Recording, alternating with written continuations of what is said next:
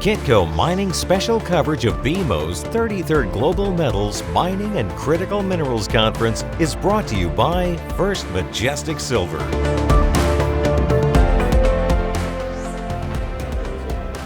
Fortuna Silver Mines has more than doubled its production thanks to a focus on West Africa. Jorge Ganoza is CEO. Jorge, welcome to Kitco. Thank you for the opportunity. Talk about the path to the production that you've achieved. That's really been an accomplishment the start of this decade. I see that you're forecasting near about 500 million gold equivalent ounces in 2024. Yes, we have seeded the company for the future with our expansion into West Africa in 2021. And over the last years, we have two big achievements. One, the delivery of two producing mines. One of them are a flagship asset, Séguéla. And then, as I said, seeding the future of the company in this most exciting region for gold mining, which is West Africa, where we currently have are present in 3 countries. So your focus has before had been in Latin America, and you saw a lot of the miners who are moving over to West Africa as well too. Roughly, what's the production breakdown between what's happening in Latin America and what's going to be happening in Africa? We have been anchored in Latin America for 16 years. Yeah. And in 2021, as I said, we made the leap and landed in West Africa, and we have not been shy about it. Today, about half of production comes from West Africa and half of production from the Latin region. But I'll say our growth today is coming from West Africa. Why is Séguéla your flagship project? Very simple. Meaningful production, low cost, long life of reserves, and tremendous exploration upside. In the second half of the year, we beat guidance and analyst estimates for production out of that one mine. We delivered 78,000 ounces of gold. And we haven't reported Q4 results yet. We pre-released production, but I can refer to third quarter figures, which was still the ramp-up quarter. We had cash cost under $400 per ounce and AISC under $800 per ounce. No? So, as I said, meaningful production, low cost, life of reserves, akin to a decade, and tremendous exploration upside. In your recent conference call, you were talking that you're transitioning out of a period of intense investment entering a cash harvest phase. Yes. With the acquisition of the West African asset base, came a development project, Séguéla. So we've been investing in the development of that. And as an outcome of the first quarters of production in the second half of the year, so Q3, we generated $70 million of free cash flow from ongoing operations from the business, big contributor being Séguéla. So, we have started using that cash. We made a $40 million payment on our credit facility in the third quarter. We followed with a $41 million payment in the fourth quarter. And you're going to continue to see making aggressive payments towards our facility. We're not a highly debt leveraged company. Our debt to EBITDA ratio hovers around 0.3. So, but still, all of that is coming from the harvesting of this cash flow, right? Bring us, let's go across the Atlantic and go to your San Jose mine. I think at the start of the year, there was a bit of labor strife. You also reported in September that you had a favorable court opinion about it. And there was also some good drill results that came out of the project. Yes. Around March every year, there's always some level of friction, particularly in Mexico, with respect to profit sharing with the union. We managed to contain this successfully in dialogue and negotiations, and had a 15-day stoppage at the end of the day. But unfortunately, it's something that all those labor relations are tricky. Particularly in Mexico, we saw what happened to Newmont's Palmarejo. Peñasquito in Mexico as well. But it was contained within, a 15-day period. Everything was resolved, and we went back to business.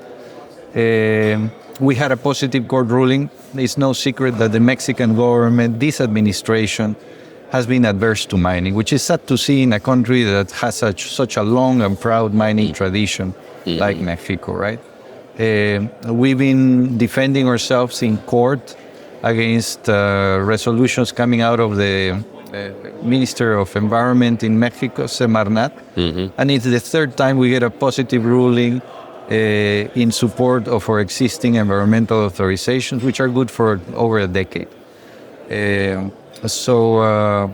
have never lost a day of production for any of these disputes, but certainly noisy for the business. No, you don't want to be in court with the government, but we've been there and we have prevailed. So, and yes, we have some good exploration news. This is a mine that's coming to the tail end of its life. We're right now set to exhaust reserves at this mine by year end. But we're still exploring. This has been a key asset in our portfolio for many years. This mine is a mine we brought into production back in 2010, 11. Has ranked among the top 12 primary silver producers in the world for many years. And it's coming to the tail end of reserves, right? But we continue exploring. A geologist is the first one to arrive and the last one to leave there. So, Jorge, you were saying that you've had 16 years experience in Latin America before you went over to Africa. I wanted to talk about the cultural change that you have to make when you're managing far-flung operations. I think of kind of the successful companies that seem to be able to do that. For instance, like your Beta Golds, where they have operations that are very far-flung. Is there any types of organizational things that you've had to do being able to focus both on Latin America and then in West Africa? Because it sounds like in all these regions, as you just mentioned, for instance, with San Jose, that you do have to mitigate some risk. And it also sounds like you also have to be hands-on for very different situations. Absolutely. First, we are a company, for us mining has always been a frontier business. So we're comfortable playing in the frontier. And these developing economies, young democracies, developing nations are out there in the frontier. West Africa, some of the jurisdictions in Latin America. So what we have in Fortuna is a team of business executives, mining professionals that have built their careers in these regions, right? So we're comfortable playing in that field. And with respect to managing that geographic spread, I work with two chief operating officers, one for West Africa and one for LATAM. Our West African hub is in Abidjan, the capital city of the Ivory Coast. And for the LATAM region, I work with a dedicated chief operating officer out of a hub in Lima, Peru. And from those two regions, we manage the operations of the business. I work with an excellent team of, as I said, professionals. And all of them have cut their teeth and their experience working in these regions. So we have a lot of built-in expertise on the regions. A strong corporate oversight on technical services, ESG, or exploration initiatives. So, it works well. And as a proof of that is that we not only, we integrated successfully the West African business, we could have not delivered the Séguéla mine on time and on budget without a successful integration of West Africa in the business. Right? Fortuna Mines, the stock has been under pressure. So year to date, yes. I think I checked yesterday, it's down about 20%, yes. 26% year to date, whereas like the GDX is down 12% year to date. Why the drop? First, let me say that I believe I've been in the public markets, in the mining business for 30 years. And I think this is one of the toughest markets I've seen. There is a really toughest market now. Yes, yeah. This is one of the toughest markets I've seen. We reported 100 record quarterly production in this fourth quarter, 136,000 ounces of gold equivalent. With that, we closed a record historic year in terms of annual production. We guided 460 to 500,000 ounces of gold for 2024, which will be a record for the company. Our AISC hovers around $1,500. I like to see it a bit lower, but 2024, we have a couple of large capital projects, particularly one in Argentina at our Lindero mine.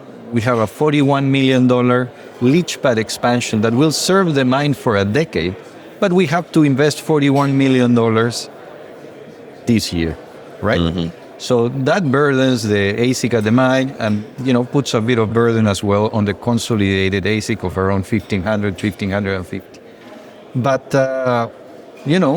we achieved all of that. And the stock dropped as if we had a fatal flaw in the company or something. I focus on what I can control. I deliver the ounces, I deliver the cost, and deliver the growth.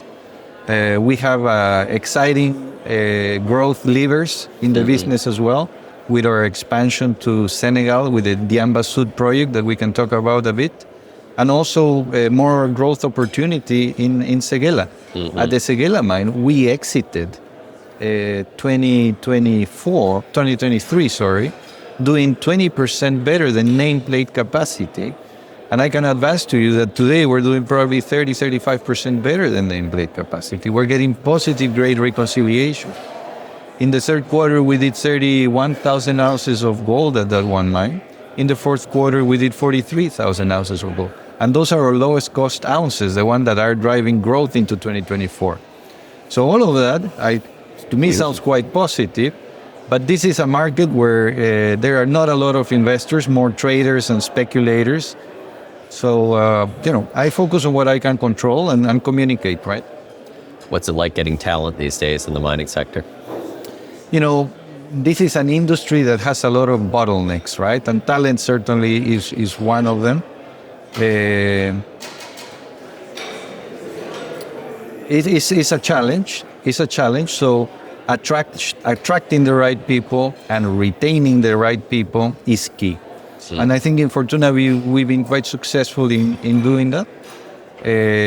But certainly, if the industry expands, we're all under pressure, right? That's why we see blowouts on capital projects and delays. Mm-hmm. Because there's not the shortage is not just on equipment and tires. When the expansion comes, it's talent, right?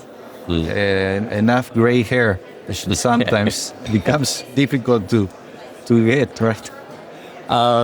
Lastly, Jorge, can you talk about some of the key milestones? You mentioned Senegal as being one of them for Fortuna over the next 12 months. Yes, we made an exciting acquisition at the heart of one of the most prolific gold regions in West Africa, gold belts in West Africa, which is the Senegali-Mali Shear Zone. On the Mali side, we have world-class deposits like Fekola on the B2 Gold portfolio, or Lulu and Bunkoto in the Barrick portfolio, 500,000 ounce producers. Across the border into Senegal, on the same geology, we have the Diamba Sud project. At Diamba Sud, we have 850,000 ounces of gold that we recently acquired. We have not incorporated those ounces into our inventory of resources and reserves. We're treating it as a historic resource, treating it as an appendix. Mm-hmm. Until we do aggressive exploration this year, enhance our knowledge of the ore body, and grow it. So we have a 45,000 meter drill program budgeted for 2024. It's an $11 million exploration program, with the aim of, again, enhancing the knowledge on the ore body and growing it. The expectation is we can get it past the 1 million ounce hurdle. With that, deliver a PEA. So our expectation is to deliver a PEA, preliminary economic assessment, by year end on this project, and have it feed our development pipeline. We're excited about it. We're putting, it's our largest exploration budget in 2024 with $11 million, 45,000 meters.